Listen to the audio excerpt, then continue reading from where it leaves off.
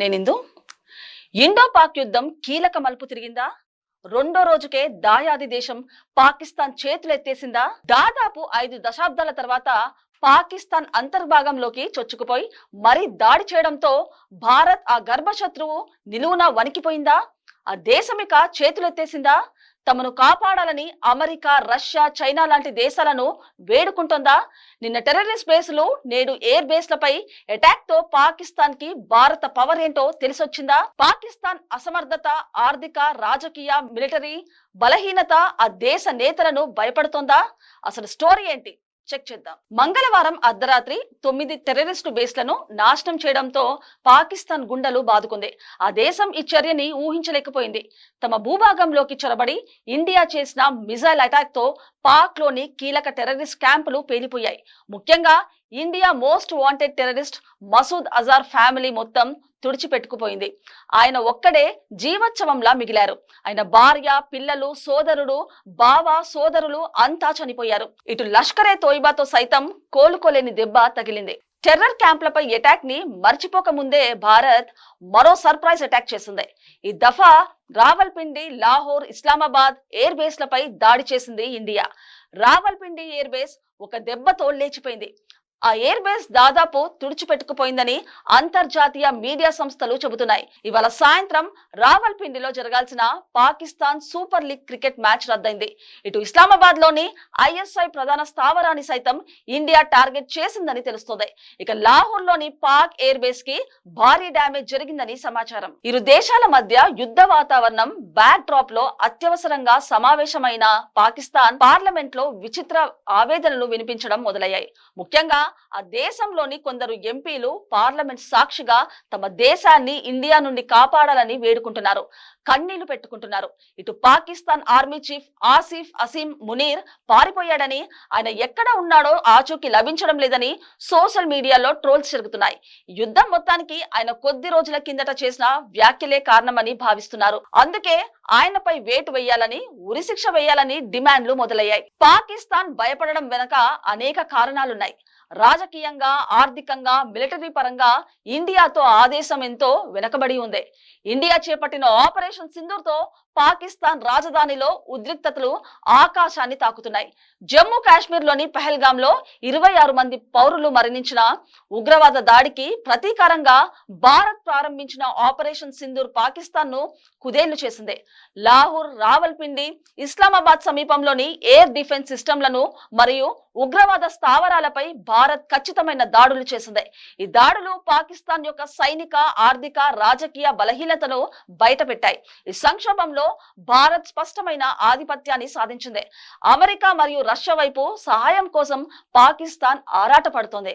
Military పరంగా భారత వైమానిక దళం రాఫెల్ యుద్ధ విమానాలు, హరోప్ డ్రోన్లు మరియు రుద్రం-1 యాంటీ రేడియేషన్ క్షిపణులతో పాకిస్తాన్ యొక్క ఎయిర్ డిఫెన్స్ సిస్టంలను నాశనం చేసింది.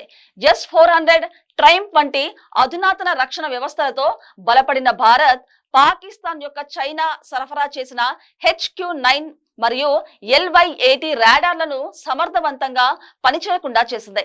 ఈ రాడార్లలో సాంకేతిక లోపాలు, స్పేర్ పార్ట్ల కొరతతో పాకిస్తాన్ రక్షణ వ్యవస్థలు చితికిలబడ్డాయి. ఇక పాకిస్తాన్ తన J-10 యుద్ధ విమానాలు మరియు బర్యాక్టర్ TB2 డ్రోన్లతో ప్రతిదాడి చేయడానికి ప్రయత్నించినప్పటికీ భారత్ యొక్క సుపీరియర్ ఎలక్ట్రానిక్ వార్ఫేర్ సామర్థ్యం, స్టాండ్ ఆఫ్ క్షిపణులు పాక్ వైమానిక దళాన్ని అడ్డుకున్నాయి.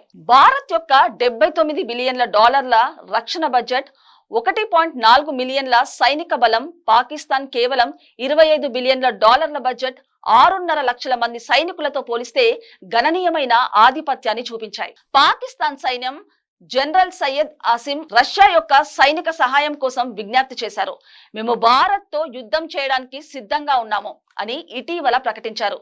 అయితే ఆ దేశం ఆర్థిక సంక్షోభంలో ఉందని, సైనిక ఆధునీకరణకు నిధులు కొరత వేస్తుందని, ఈ పరిస్థితిలో అమెరికా, రష్యా వైపు సహాయం కోసం చూస్తున్న పాకిస్తాన్ కు భారత్ యొక్క సైనిక శక్తి ఒక పెద్ద సవాలుగా నిలిచింది. ఆపరేషన్ సింధూర్ ని స్టార్ట్ చేయడానికి ముందే భారత్ పాకిస్తాన్ పై ఆర్థిక ఆంక్షలను కఠినతరం చేసింది. ఇండస్ వాటర్ ఒప్పందం నుండి భారత్ వైదొలిగింది. పాకిస్తాన్ కు నీటి సరఫరాను కట్ చేసింది. ఆ దేశ రైతులు, సాధారణ ప్రజలను ఆందోళనకు గురిచేసింది. పాకిస్తాన్ తో వాణిజ్యాన్ని పూర్తిగా నిలిపివేసింది. దిగుమతులు, ఎగుమతులు, రవాణా, విమాన సర్వీసులపై నిషేధం విధించింది. ఈ చర్యలు అప్పటికే బలహీనమైన పాకిస్తాన్ ఆర్థిక వ్యవస్థను మరింత కుంగదీశాయి. పాకిస్తాన్ యొక్క జీడిపి కేవలం $350 బిలియన్ల, అది కూడా ద్రవ్యోల్బణం, అప్పుల భారంతో కుంగిపోతుంది. IMF నుండి $1.3 బిలియన్ల రుణంపై ఆధారపడిన పాకిస్తాన్ ఈ సంక్షోభంలో అదనపు ఆర్థిక సహాయం కోసం అమెరికా, చైనాకు విజ్ఞప్తి చేసింది. అమెరికా పాకిస్తాన్ ని లైట్ తీసుకుంది. ఆఫ్ఘనిస్తాన్ యుద్ధం ముగిసిన తర్వాత పాకిస్తాన్ తో అమెరికాకి వ్యూహాత్మక ప్రాముఖ్యత తగ్గింది. చైనా తన CPEC ప్రాజెక్టుల భద్రతపై ఆందోళనతో పాకిస్తాన్ కు పరిమిత సహాయం మాత్రమే అందిస్తోంది. భారత్ మరోవైపు అమెరికా, యూరప్ మరియు గల్ఫ్ దేశాలతో బలమైన ఆర్థిక సంబంధాలను కలిగి ఉంది. ఇటీవలి US-ఇండియా కాంపాక్ట్ ఒప్పందం ద్వారా భారత్ సైనిక, సాంకేతిక సహకారాన్ని మరింత బలోపేతం చేసింది. ఈ ఆర్థిక బలం భారత్ కు సంక్షోభ సమయంలో స్థిరత్వాన్ని అందించింది. పాకిస్తాన్ ను ఒంటరిగా వదిలేసింది. పాకిస్తాన్ రాజకీయంగా కూడా ఒంటరిగా మిగిలింది. భారత్ యొక్క విదేశాంగ మంత్రి S Jaishankar America, Britain, Russia, Gulf దేశాలతో చర్చలు జరిపారు. భారత్ వ్యూహాలను వారిని వివరించారు.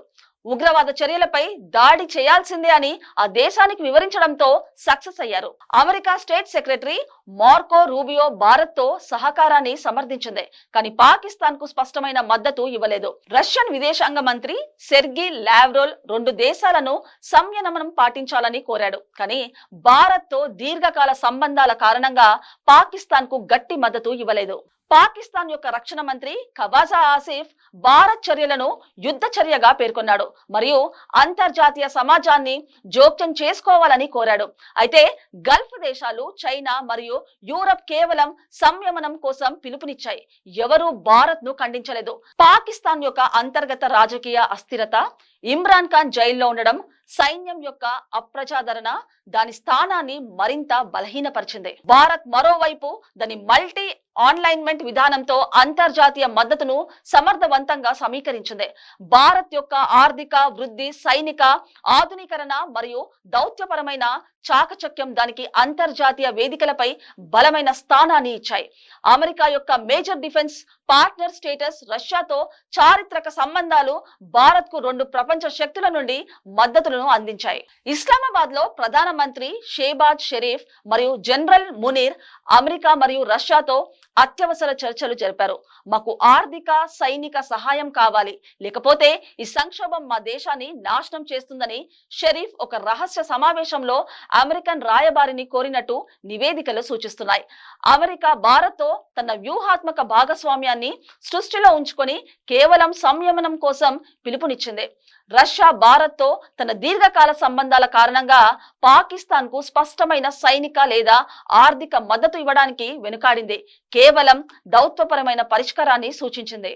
భారత్ మరోవైపు తన దాడులను కొనసాగించింది. లష్కర్-ఏ-తోయిబా, జైష్-ఏ-మొహమ్మద్ ఉగ్రవాద స్థావరాలను ధ్వంసం చేస్తూ భారత్ పాకిస్తాన్ ను తీవ్ర ఒత్తిడికి నెట్టింది. లాహోర్, రావల్పిండిలో వైద్య ఎమర్జెన్సీ విధించబడింది. విమానాశ్రయాలు మూసివేయబడ్డాయి మరియు ప్రజల్లో భయాందోళన నెలకొంది. ఈ యుద్ధంలో భారత్ సైనిక, ఆర్థిక మరియు రాజకీయ కోణాలలో స్పష్టమైన ఆధిపత్యాన్ని ప్రదర్శించింది. S-400 రాఫెల్, హరోప్ డ్రోన్ల వంటి ఆధునిక సాంకేతికతలతో భారత్ పాకిస్తాన్ యొక్క రక్షణ వ్యవస్థలను అధిగమించింది. ఆర్థిక ఆంక్షలు, నీటి సరఫరా నియంత్రణ ద్వారా పాకిస్తాన్ ను ఒత్తిడిలోకి నెట్టింది. అంతర్జాతీయంగా భారత్ యొక్క దౌత్యపరమైన చాకచక్యం పాకిస్తాన్ ను ఒంటరిని చేసింది. పాకిస్తాన్ తన బలహీనమైన ఆర్థిక వ్యవస్థ, అస్థిర రాజకీయ వాతావరణం, పరిమిత అంతర్జాతీయ మద్దతుతో ఈ సంక్షోభంలో చిక్కుకుంది. భారత్ మరోవైపు తన బలమైన సైన్యం, ఆర్థిక స్థిరత్వం మరియు అంతర్జాతీయ సంబంధాలతో ఈ యుద్ధంలో అప్పర్ హ్యాండ్ ను సాధించింది. మరి తమను కాపాడాలని ఇతర దేశాలని అర్థించబదలు ఇండియాని వేడుకుంటే ఫలితం దక్కుతుందేమో అని కామెంట్స్ వినిపిస్తున్నాయి.